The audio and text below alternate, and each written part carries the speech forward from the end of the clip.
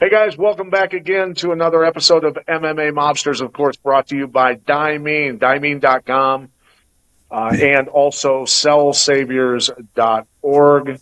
So by all means, visit Diamine.com and cellsaviors.org. We'd love for you to be wearing the gear, using the products, increasing your athletic performance and endurance with Cell Saviors. So joining me as always, world class, the eater of worlds, as Jeffrey Wilson always says, the Chauvin one, Joshua Chauvin. How are you? It looks as though you've hired a hairdresser.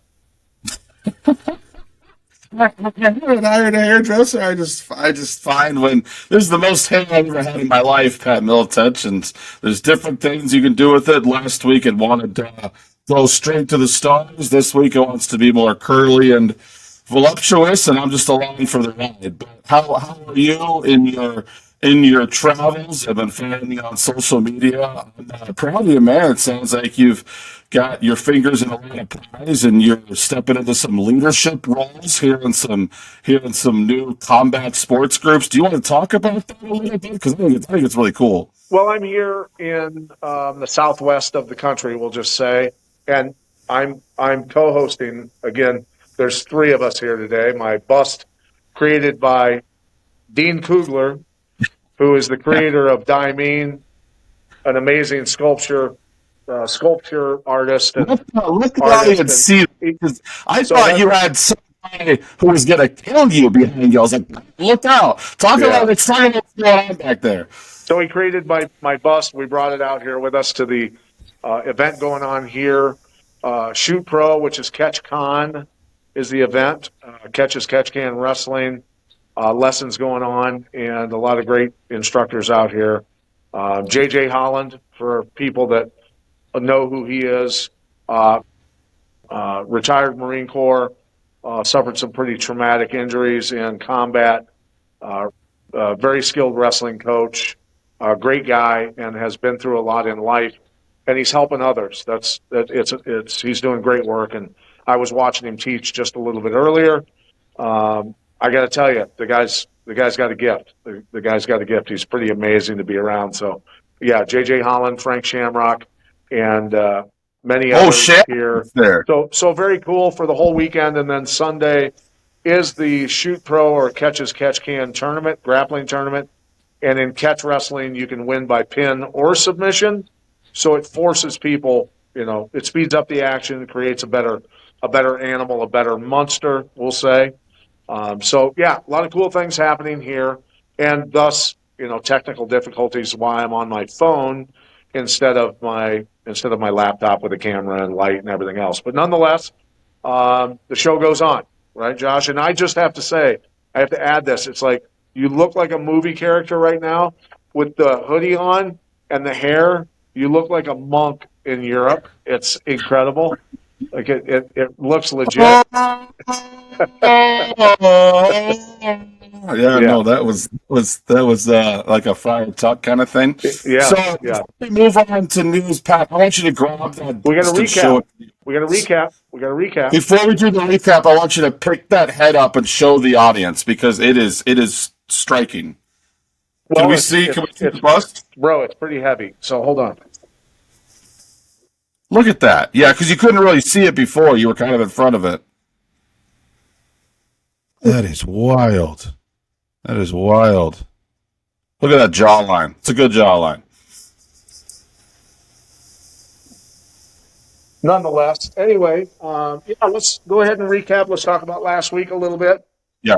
And so our main event last week was Aljamain Sterling and Youssef Zalal. And it was. I think I picked Zalal last week, and I think I got it wrong, didn't I? Yeah, I think that might be the first time we've gotten a main event run since we started this whole year. Maybe once or twice. I did push pretty strongly for fight goes to decision, which I thought was at a crazy low number of about the same price Zalal was to win, which was like minus 140. Fight goes to decision was like minus 150. So I was pretty confident in that too. That got there, but good for Sterling, man. There's something to be said for these guys who seems to maybe have gotten to the end of their rope and then they pull something out and show what made them champion in the first place. Now, to be fair, we didn't say go bet your house on. So he was more of a lean for both of us, and we liked fight goes to decision. But Sterling showed up. His striking was even fine. And good for Sterling. Looks like he has a little left in the tank. So. Yeah, absolutely. And then co-main event, Dumont versus Edwards. I met Jocelyn Edwards this week. I stopped by to see Nate Pettit, who's certainly, a long-standing coach at Extreme Couture. Nate Pettit trained with me when he was in his teenage years in Davenport, Iowa. I used to coach him, and then he, of course, at Boise State was working with Jens Pulver before I met Jens Pulver. And then Nate told him to come to Iowa, and that's how Jens Pulver ended up in my camp back in the day. So it was great. It was great to see Nate Pettit, who coaches Jocelyn Edwards, and so very, very nice lady, very humble. But yeah, she, we picked Jocelyn to win, and she absolutely went out and performed. She did, and that could very well be future UFC champion Jocelyn Edwards. Shout out to. Yeah, I feel pretty strongly about that, just having spoken with her and her trajectory and where she's at mentally and a lot of other things. She's cleared up a lot of things for herself. So, yeah, a lot of clarity in her life. So I'm happy for obviously her coach, Nate, and Extreme Couture, and as well for Jocelyn. So, all right, anyway, let's move on to news real quick. We'll talk a little bit. And I'll just give us a couple more. I'll give us a couple more back scratches. Yep. We both liked Ryan Spann moving up to heavyweight to beat Bu Checha, who was probably the most kind of one-trick pony heavyweight out there. He's one of the best in the world at jiu-jitsu and not much else. So Spann absolutely put him on his ass. We liked Teone Barcelos to beat Montel Jackson. I don't know if you saw that fight, Pat, but Hayoni got absolutely smacked about 10 minutes in by those massive hands of Montel Jackson, and I'm like, well, this fight's over. Hayoni survived, and got the life beat. He got about 5 years probably taken off his life, poor guy, but he survived most of the first round and then took him down and then just stayed on top of him the rest of the fight. So good for Hayoni. Tough. You cannot question his toughness. My favorite bet of the card, old man. He's a man. He's 40. Davy Grant. Dangerous Davy Grant at the ripe age of 40 years old. Beat a guy 10 years younger than him. He was that underdog flip to favorite. My most confident pick of the card, Davy Grant. Thank you. That was by far my biggest bet of the night. So thank you, Davy Grant. And yeah, good little card there at the Apex. Yeah, thank you for completing that a little bit for me, buddy. All right, moving on to news. Some interesting stuff happening this week, and Rousey Carano fight coming up, the MVP card, which I'm actually excited about. I'm excited to watch it, and so, but Darren Till went off on MVP, went off on the Carano Rousey fight, said some pretty derogatory things, and not that I want to give Darren Till any. You're saying Darren Till said some stupid shit? That doesn't sound like him, Pat. That doesn't sound like him. Right. He's so well spoken and thoughtful. Yeah. Well, and Till was going off on me in 2020, 2021 on X or whatever. What it was, but telling me that I was a lunatic for warning people about following along with what they were told. This does not, have anything to do with any politics or anything like that. And, I was simply just saying, you might want to do some research before you follow along with what the guidelines are that you're told to do. Anyway, moving on. And then he's at a gas station, a petro shop to get some water before he goes to, he's going to the gym for practice. And the cop tells him, like, why aren't you wearing a mask? And harassing him. And Till goes off like a teenage girl, high Saw pitched that. Did screaming. you notice how he's like, I don't mean, he's at the gas station, he's like, oh, I'm here at the London gas station. And as soon as he gets pressed, as the kids say, and the cop gets in his face, his voice goes up 18 octaves. He becomes Mary Poppins or something. Right. Well, the thing is I sat back and went, listen, bro, I told you what was coming and you didn't listen. Go ahead and keep complying. Anyway, all right, moving on. Good for Darren Till running his mouth again. Proud of him, mighty proud of him. Anyway, I'll just say this, Darren. If you think the MVP card is such shite as you called it, go fight. I mean, you're a free agent. You've had one of the deeper falls of graces of MMA fighters I've ever seen. You couldn't stop a takedown from a 10-year-old, but you can still strike pretty good. Go get on that MVP card and make it better, or just go fight anywhere in general. It's hard to take him seriously when he hasn't fought in like 5, 6 years, and all he does is get on his phone and talk shit. I generally don't talk shit about people unless they're shit talkers. So we'll just move on, though. Rousey versus Carano. I'm excited about the card overall, nonetheless. Give me a all right. fight other than Rousey Carano that you like on that card. Well, I mean, I'm a fan of Nate Diaz, always have been. I'm a fan of the Diaz boys, that entire camp. So, awesome for him. And I'm excited to see Ngannou in action. Period. Ngannou's a terrifying, formidable athlete and fighter. So yeah, I'm excited to watch him. I really am. So, but anyway, moving on to Dana White and Strickland. Strickland's comments about how Dana reacted to the situation that happened in Washington D.C., where our president was there.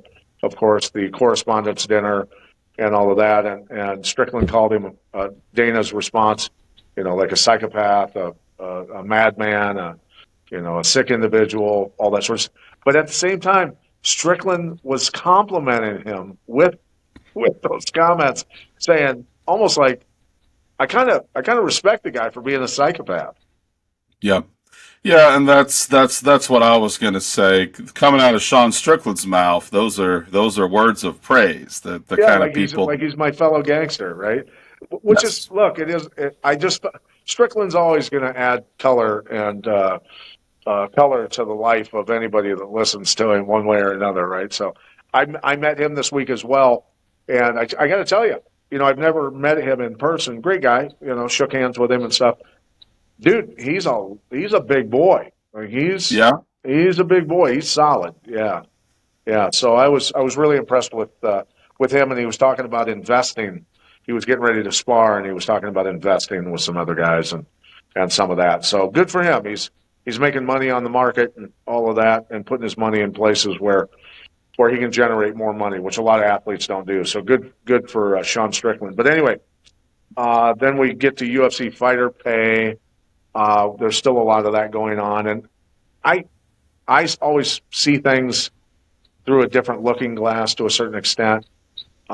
They're almost wanting the controversy over this, in my humble opinion, again, to allow for the creation of a fighters union of some sort or something, and then you get to a point where nobody else can compete with you if those prices go up and the union or whatever comes of it, and the scale is here, and the local promoters can't pay that kind of money.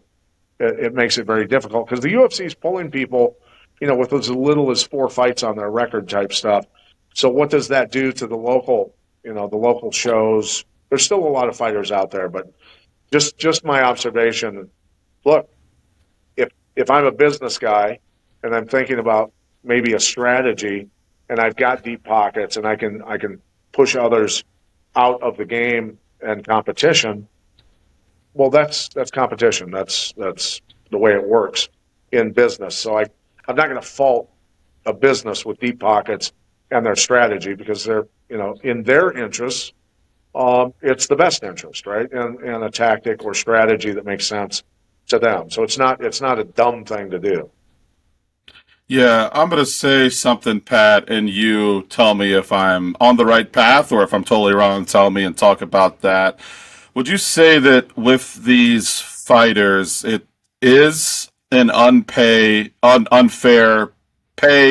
wage scale between what the owners are getting and what the fighters are getting. Would you agree with that? And would you agree that whining can only get you so far? And if the fighters actually want to be taken seriously and establish some change, I mean, with the rules that are in place, Dana and company and ownership can kind of continue to really do what they want, especially when there's some kid in Iowa or Wisconsin or whatever who will fight in the UFC for, only 2,000 or 1,500 or 15,000, whatever the very low pay scale is. 15,000 to show up, 15,000 if I you think win. they come in around 10 and 10. I'm not Yeah. 100% sure, and I'm not really concerned with that. Ultimately, it comes down to this: competition. How can I compete? So if somebody is intelligent and comes along, I know they're out there, and creates an organization that is, we're going to give you a certain amount of stock for fighting, shares. We're going to give you a little more every win. And when you win a title belt, we'll give you a little more. And then the longer you stay with us, the more shares you get in that entity. There's Then, nothing like that now. It's all a big mystery. It's like, come fight for us for 3 fights and then we'll see what happens. There's no established rules. yeah. Everyone's So different. the business model was used. The IFL did a lot of right things, but they made a lot of mistakes as well along the way. But that was something where the stocks were handed out for athletes, for coaches, that sort of thing. And at one time, the stocks went through the roof, and then took a dive after I believe the UFC lawsuit was announced or something like that. I can't remember, but it would probably be the one thing that somebody could do to be able to compete. But that's just conjecture right now. Hopefully somebody does come along, because ideally, the more platforms that athletes have to compete on, the better the competition. Being able to shop your talents around a little bit to different organizations. And look, if I want to be fully vested in an organization and have massive stock options because I'm going to be successful or battle for that title and hold it for 3-4 years, whatever, you come out the other side, secured for life with millions of dollars in stock if it's all done right, and then you're set. You're set. You're part owner of something that you helped build, right? So that's just throwing that out there. But anyway, you ready to move on to the card this week? Yeah, I would just ask. Dana and company and Hunter have been pretty anti-union, and it's easy to see why, because they basically have a monopoly. My question is, true or false? The UFC will eventually have a union, or do you think 5 years, 10 years, 50 years? Eventually, they're going to have some kind of union, right? The Dana's going to fight it, or Hunter, I guess now, will fight it as long as they can, but eventually you have to have some kind of union, right? The question is, do they really not want a union for the purposes that I explained, right? So Yep. that's all I'm saying. So anyway, if I'm the head or part of the management of the UFC and all of that, I actually encourage a union. I don't say that publicly. I might act like I'm fighting it so that they actually form one to go against that resistance that I'm creating. Like there's a lot of reverse psychology that could be going on. Look, it is what it is, but you got to look into the psychology of how things are run and what the end goal is. So that's all I'm saying. All right, let's go to the undercard. Let's start with the undercard here for the May 2nd fights tomorrow. Jenkins versus Rahicki. The Rahicki being 8-0 going into this fight against Jenkins, who's 14-4. Rahicki, of course, 1-0 in the UFC, ranked 71st in the world. Jenkins at 4-2 in the UFC. I kind of find it a pretty interesting matchup. They've had comparable competition coming up. I'd love to hear your breakdown of it in this 145-pound bout. Yeah, the line movement likes Rahicki quite a bit. He opens at minus 650 on FanDuel. Pat, he's minus 750 now. So yeah, I gotta lean Rahicki here. It's not with a ton of confidence. He hasn't shown us much yet. I think it's more of a betting fade of his opponent, but it seems to be that Rahicki, probably more of a parlay piece, someone you want to throw in with a couple other big favorites and get your line somewhere closer to double your money. But he seems like a relatively safe parlay piece kicking off the card this week. Yeah, and I'm a little torn on this one. Both guys pretty good at knockouts, although Jenkins has been finished once in that fashion. And Jenkins 3-3. I'm going to jump in here real quick. It looks like his opponent was switched to Ali Schmid. I know that you are running around shaking hands with a bunch of MMA legends, so no fault to you there. If anything, my bad for not catching it. But it looks like that Jenkins fight is off, and he was replaced by Ali Schmid. And I will just do a quick analysis here. Schmid against Rahicki? Schmid of the 4-2 Ali Schmid, who was plucked out of obscurity to face Rahicki here. Oh, that changes everything. Yeah, I have been running around. A few days ago.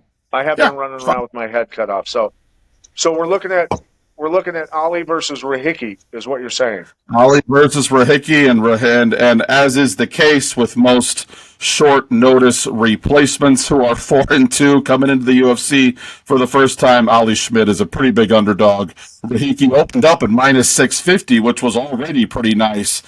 The sharp bettor said, nope, he needs to be an even bigger favorite, and they bumped him up about 100 points. He's now minus 750. So it's a lock. I wouldn't say lock because I don't think Rahicki's that good. I think it's more disrespect and maybe, to be honest, fair disrespect to the 4-2 Ali Schmid, who a lot of people think doesn't even belong in the UFC. He was just a convenient last-minute pick, but that is the fight as we have it now. So Ali, I'm not looking him up right now because I've got devices all over the place. Don't worry about it. So Ali is 4-2 overall or in the UFC? No, he's 4-2 overall. That's what I was thinking. So yeah. Now I see why they're questioning why he's in there. Yeah. So you got to go with Rahicki in this. And it seems like bettors are, I mean, he's not getting blasted out to the moon. He's not being bet up to minus 1,000 yet. But opening at minus, it's a big deal, Pat, because this guy who most casual UFC fans haven't even heard of, or MMA fans, when a guy like Rahicki, they open up at 650 and the bettors say, we like him even better than that. We're going to put money on him here and then he keeps going up. That's a good sign. For the somewhat unknown, somewhat untested Rahicki, at least he's considered UFC level, and this Ali Schmid guy, no disrespect, doesn't seem to be UFC level. Okay, so maybe is there some with when was the replacement? When did it take place? I think I saw it now, and my bad for not mentioning it earlier. It skipped my mind. I believe it was 2 days ago.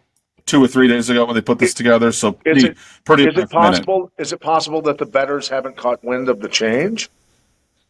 No, because what they will do, Pat, if you had placed a bet on the Jack, even if you would, that's a good question. If a few days ago, before this fight got changed, you placed a bet on Rahicki to beat Jenkins, that bet is now dead. It is voided. Yeah, but I'm saying for the people that might wait a little while to place their bets, who maybe haven't looked back into the numbers and the matchups, aren't aware that Ali has been thrown in place of Jenkins potentially. They know, which is why he's gone from minus 650 to minus 750 on most books. Now, I will say on Caesars, he's gone the opposite direction. He opened at minus 700. He's minus 625 now. That's not sending off warning signs. That just means there was one or two bettors on Caesars who are like, you know what? this Rahiki kid's not that good. I think this Ali Schmid kid has a shot. But most of the sports books are trending slightly in the Rahiki direction, and it Okay. looks like one or two of the 10 major sports books are trending a little bit in the other direction, but not a huge signal either way. All right. All right. Let's move on to Johnson and Schultz. And the changeup, obviously, we had to go much deeper into everything because of that. But Schultz versus Johnson. Johnson is unranked. Um, you know, Wes Schultz 4-1 in the LFA, 0-1 UFC. Johnson never been in the UFC. He's only 5-1. You know, I'm perplexed. I'm still perplexed. I'll always be perplexed how athletes are brought in this early in their careers. It literally it'll never make sense. These guys are batting 500 in the KO department, both undefeated in submissions. 4-1 last 5 for Ben Johnson, 3-2 for Schultz. When I looked at Johnson's competition, it might possibly be the worst competition I've ever seen an athlete have to go through. Like possibly the worst. I'm not degrading him. He just has fought total cans the whole way through to a record, that he's got currently. So I don't know. Break it down for me. Well, you're headed in the right direction, Pat. Bettors do not like Benjamin Johnston this week. He opened up at minus 158. He immediately got knocked down to about minus 135. Schultz is trending in the right direction. Johnston is trending in the wrong direction, and it could very well be that not so great strength of schedule that you talked about. Let's check out Caesars Sportsbook. Johnston opens up at minus 185. He's now minus 150. Schultz is going to be my pick here. It's not with a huge degree of confidence, but the line is somewhat screaming take Schultz. It's just such a low-level UFC fight that I have trouble getting confident about it. Yeah. But right now, Schultz is definitely worth like a unit regular bet, and you can get him at plus money. So Okay, beautiful. All right, moving on to Thicknesse and Morales. Thicknesse is 1-1 UFC, 3-8 for Morales. 3-8 in the UFC. Am I correct? you are, yeah. They need fights, Pat, because fights equal money. So it's this is the new normal. Yeah. Yeah, because he's 16-10. Now he's had tough competition compared to Thicknesse. So he's been through kind of a rough road to get there. So, but yeah, how do you break this down? Yeah, let me pull it up real quick. I lost it there for a second. So yeah, with Thicknesse, it's pretty much the carbon copy of the last fight. He opened up at minus 170. He's down to minus 140 now. That means that the bettors lean his opponent, Vince Morales. So this is 2 fights in a row where I'll have a small bet on the underdog, and I really only need one of those to hit, and I still make money. That's the fun thing about plus money underdogs, is that the payoff is so nice. So for the second fight in a row, I'm going dog. All right, brother. Well, I don't know. I don't have any enthusiasm for this. Like it's hard for me to find enthusiasm in this, uh, lack of passion. We'll call it for like if I was betting money, I don't know. I'm just moving a different direction. But I understand your logic for why you're doing it perfectly. So, all right, moving on to Gaziev and Barisic. So number 23 against number 13 or number 43? I have to read my own writing. And that might be number 43, Gaziev. Sorry. But Brando is 2-0 in the UFC, 6-1 overall. Going up against a guy with more than twice his experience in Gaziev, 14-2. Perisic has got, he's got good knockout power, but so does Gaziev. I don't know what your thoughts are on this fight. These guys are heavyweights, low quality of competition for Brando, much tougher for Gaziev. What say you, Oracle? Yeah, so and also Lee and Pat, my internet seems to be doing some funny things. If you lose me, just keep the show going, and I will rejoin. Hopefully that doesn't happen, but in case it does, there you go. Yeah, Gaziev, when he came into the UFC, this was the guy they were talking about fighting for a title sooner or later. He does seem to be one of those well-rounded Eastern European guys who can wrestle and packs a punch. Up against Parachech here, Gaziev has kind of been knocked off that lofty future champion status. He's ran into one or two tough fights, but he's flipped from small underdog to small favorite here. Very similar to what my guy did last week. Dangerous Davy Grant, small underdog, flipped to a small favorite. Got to be careful with heavyweights. All it takes is one shot, especially in that big boy division. But Gaziev opening up at plus 122. He's now minus 105. I think he's a higher level heavyweight than Parachech anyway. The line movement makes me like him a decent amount. I think that's a bet. That's probably one of my favorite single bets this week. Yeah, I have to agree with you on that one. So we are concurring on that. All right, Mikalev against Garimbo. I just want you to throw out there, break this one down for me. Both of them have fairly equal competition to where they were in their career when they fought, their opponents. Talk to me about that. Yeah, for some reason, bettors love Garimbo, man, and I guess he has shown flashes. He's incredibly athletic, as most guys out of Africa are. He's a little bit needs to work on things like his ground game. Seemed to panic a little bit when he got to the ground in the past, but they like him. They see the potential. Milikev opened up at minus 330. He's minus 230 now. I think Garimbo's a dart throw. I think he's a fun dart throw. If you got $10 you want to put on him and say I can triple this $10 or I can triple this $100, I think that's a perfectly fine investment. I think you're getting good value because Garimbo has the potential to beat a lot of people. He has the potential to lose to a lot of people. We're not sure who Themba Garimbo is at this point, but sharp bettors seem to believe in him as an underdog this week. Interesting. Okay, well, without betting money, I think Mikalev's going to win the fight. Jonathan's probably. I'm leaning towards him winning the fight. But again, when it comes to making money and the percentages and the odds and all of that, I understand the math of why people would bet on him, as you just mentioned. All right, moving on to Steele and Dom Marfan. Dom Marfan, no fights in the UFC. Cody Steele, 0-1 in the UFC, 7-1 overall for Marfan, 9-2 overall. Both guys have not been finished standing up. Marfan has been submitted twice, where Cody Steele has not. Cody's gone to decisions a few times as well. So, break this down for me. Marfan 5-0 in his last 5 fights, though. There's momentum there. Sure. What a name, by the way. Cody Steele with a K. That's like something straight out of episode of Mortal Kombat or something. That's a fantastic fighter name. Yeah. But sharp bettors are not swayed by the cool name, Pat. They don't like Cody Steele at all this week. He opened up as a minus 230 favorite. He's now been bet down to about minus 170, minus 160. So second fight in a row where I have to take a look at the underdog.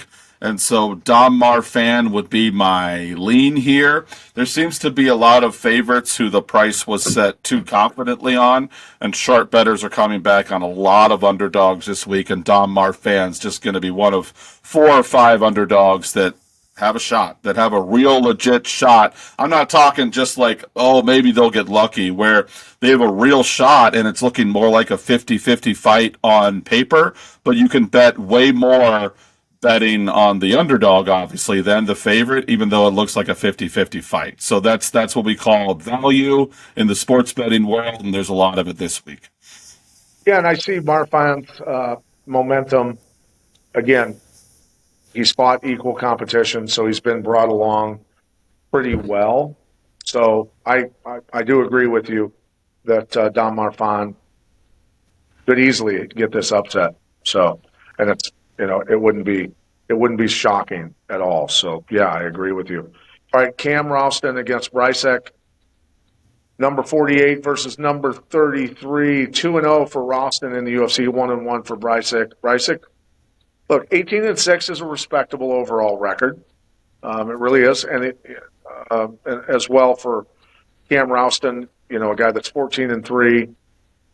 Both guys have been finished once with the KO TKO realm. Ralston, I think, is a little better on the ground, but spit out some math for me, bro. Starting to piss me off, Pat. I'm used to betting one or two underdogs a card. I'm looking at betting every single damn underdog on this card at this point. Same thing happened with Ralston. I feel like a broken record over here. He opens up at minus 260 on Caesars Sportsbook. Sharp bettors say, what? And they've bet him down to like minus 170. That's almost a 100-point move in the wrong direction. The sharp bettors, the pros, are all over underdogs this week, and you may think that like people become millionaires or even billionaires betting on sports, just betting a bunch of crazy underdogs. That's not true. This is a lot of professional sports betting is betting $10,000 just to get like 1,000 or two profit back. A lot of sharp sports betting is these safe bets, but a lot of underdogs this week. This may be more underdogs than any card we've ever done in 3 years of doing this show. So once again, give me Cam Ralston. Fade Cam Ralston. Give me Burchek at plus 143.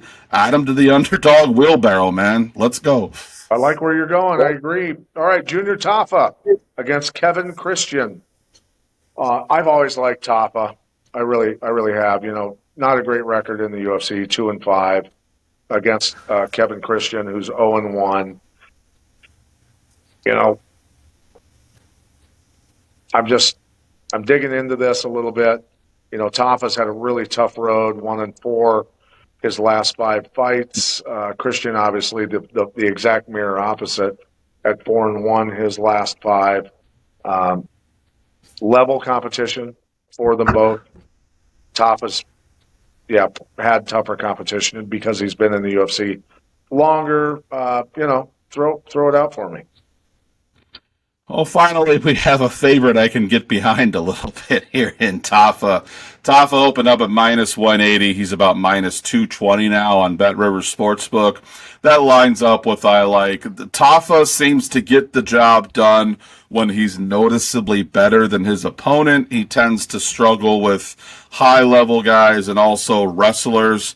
Christensen doesn't really bring either of those to the table in a major way. I think Tafa rolls here. Tafa's on this card for one reason. It's get the Australian fans out of their seat.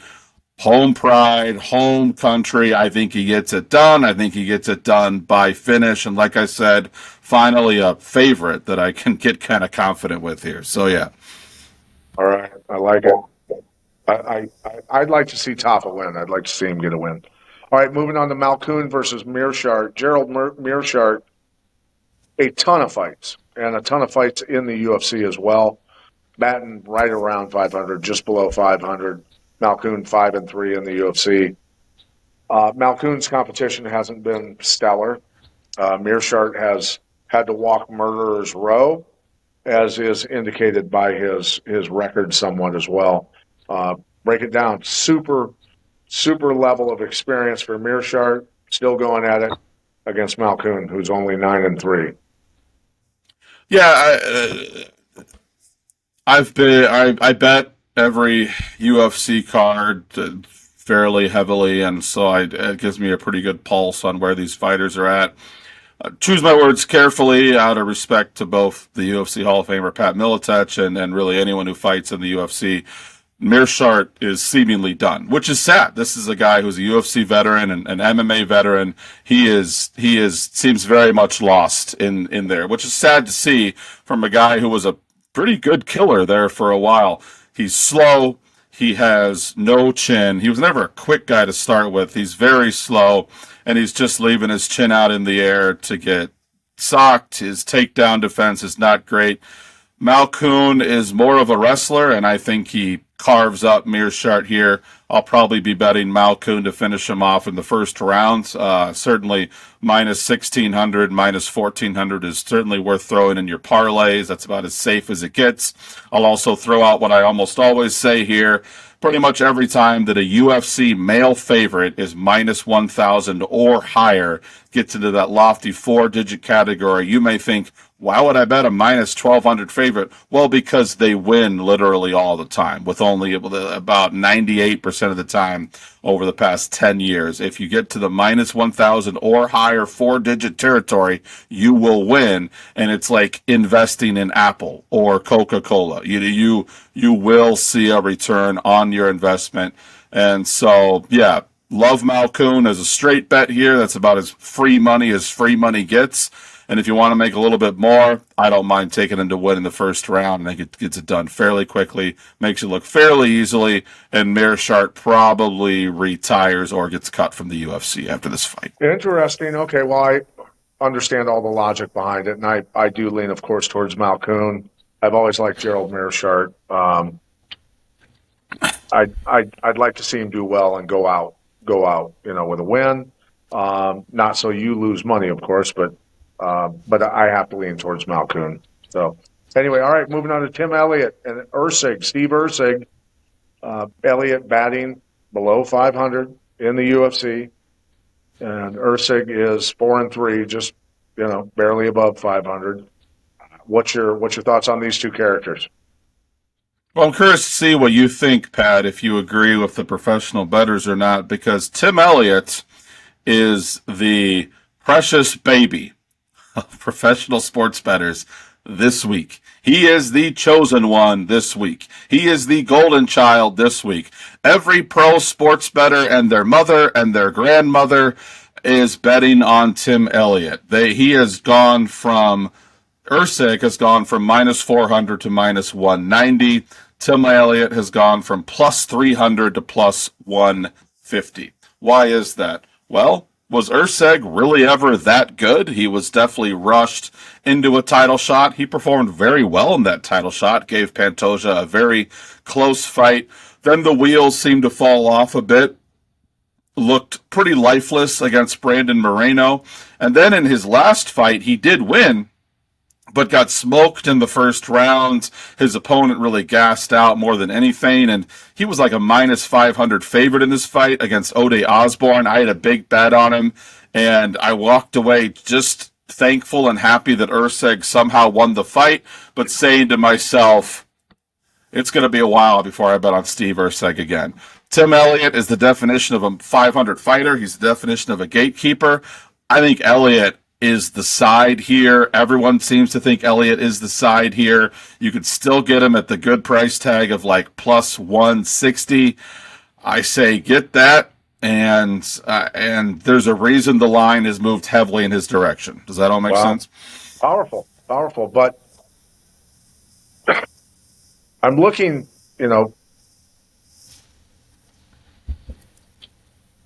I understand, again, this is where I'm conflicted in my mind with the mathematical stuff, that the reasons that you would bet, right? Be the other side of it, by all means, yeah. Give me the argument for Ursig here, yeah. I think Ursig's going to win the fight. I lean towards him. Not a massive amount, but I think he pulls it out. But I, again, understand the mathematical equations that go on in a mathematician's head like yourself, and why you would bet Elliott. So, all right, moving on to Tuivasa versus Sharaf. Do you think, and I'm not, and I think we should embrace the debate more, and I know that you too, so I'll just ask you real quick, how do you see Ursig winning this fight? Do you think it's more striking on the ground? What do you think? Obviously, yeah, Elliott's no world beater, but yeah, where do you see Ursig winning here? I think Ursig potentially pulls off a submission.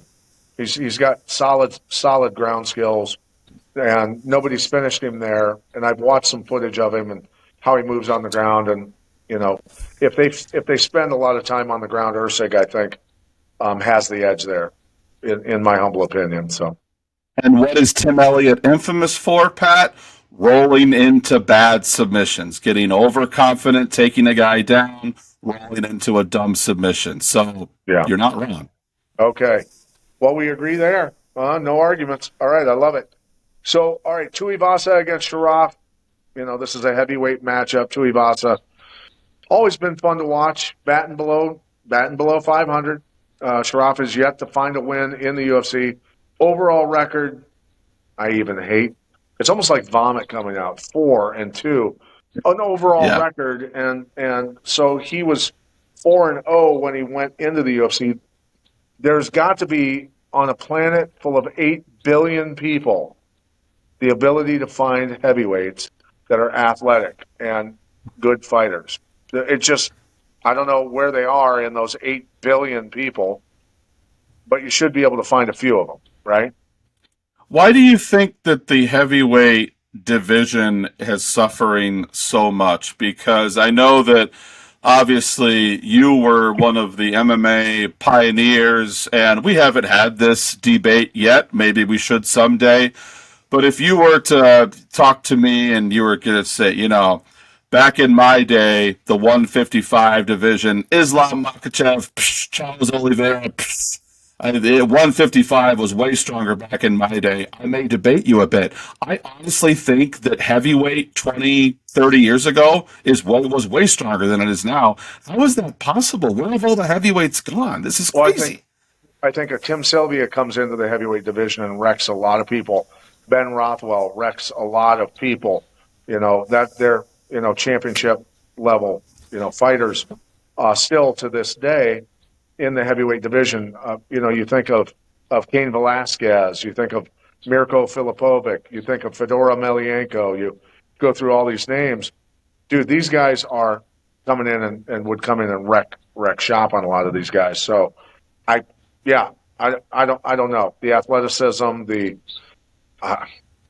guys were very athletic in when I was in my prime, certainly, and so that there's still some athletic guys. I'm not slighting the whole heavyweight division.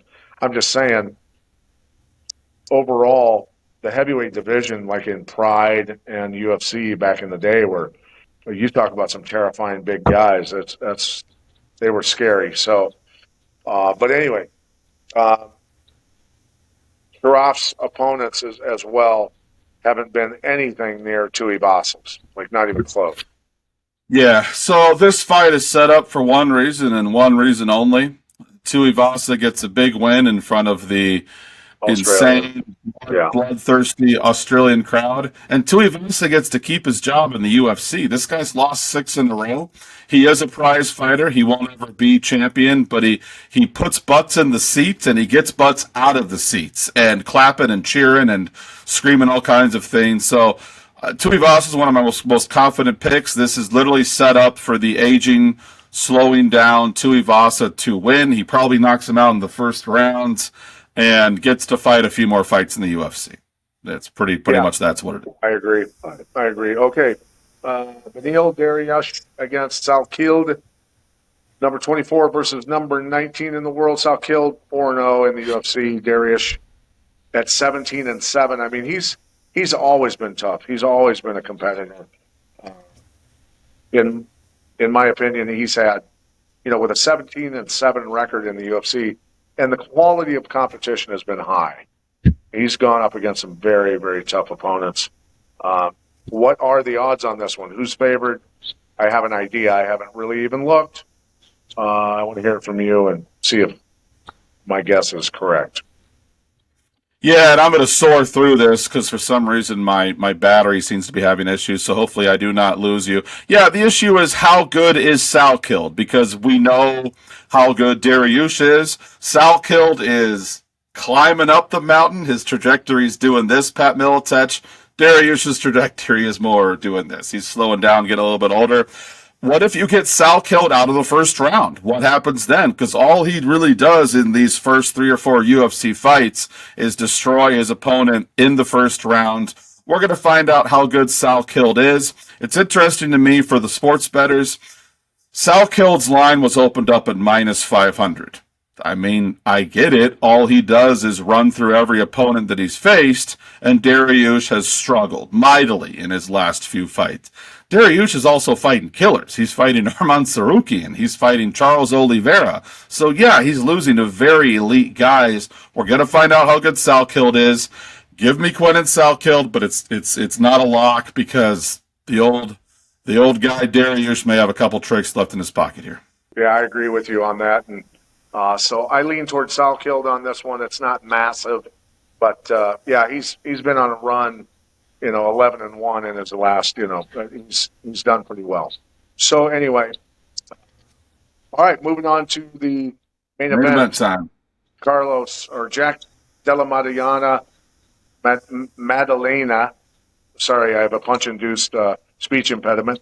And then Carlo Prates is how I pronounce it. Prates.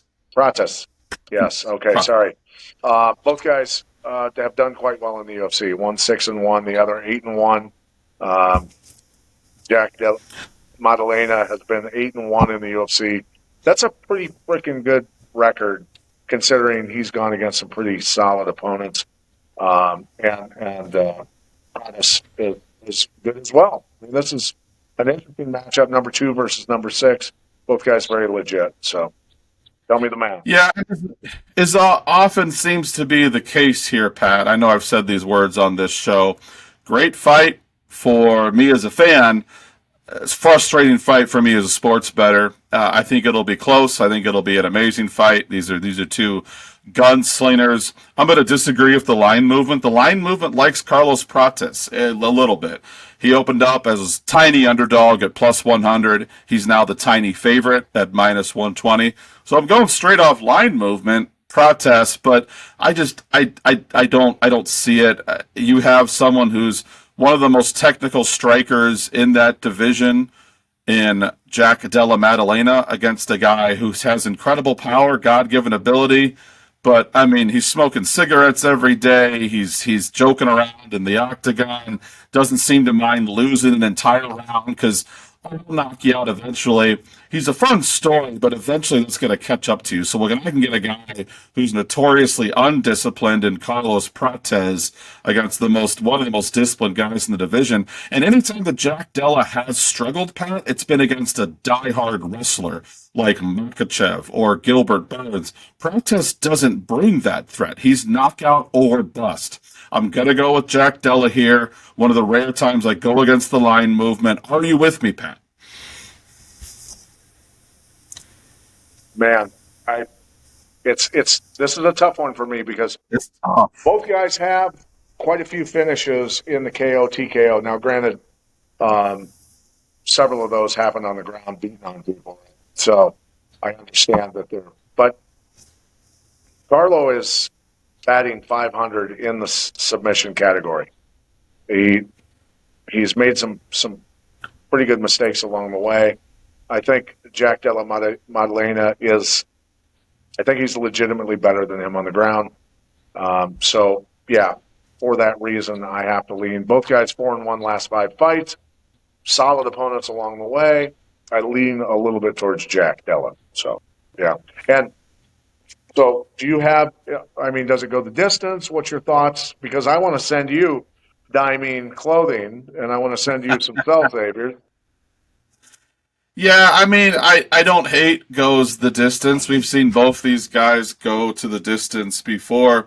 Prates fought a 5-round war against a guy named Ian Gary around this time a year ago. No one thought that would go to decision, and it did. Let's see what the odds are for that. Fight goes to decision is plus 143. Yeah, I don't hate it. That's it. Yeah. That would be, yeah. I will go ahead and recommend that bet. It's not a lock or anything, but I think this fight's about 50-50 to go to decision. So if I can get plus 140 on that, that's value. So right. I want some more Diamine and some more cell savers. So I'm going with Jack Della by decision. So go the distance, and that's my pick. So anything in closing before I let our viewers go? No, we're good. I'm just thankful my battery survived. And Hamza, I'm sorry. We will get to your questions next week. Pat's got some stuff to do. So do I. But yeah, good show, and it will be a fun card. And then next week we have Kamzat, Sean Strickland, two guys you may have heard of. So Big not one, to get big ahead of one. myself, but I'm excited for next week's show. All right, so we want everybody to like, share, all of this. Comment on these videos. Comment on anything. Your picks. We'd love to hear your picks. And remember, if you pick the winner of the main event correctly, the round that it ends, and the manner of the finish, you win free Diamine clothing and Cell Saviors products. So anyway, before Josh's battery dies on his account, this is Pat Milicic signing off for MMA Mobsters. We'll see you again next week, and good luck on your bets. Hey, yeah.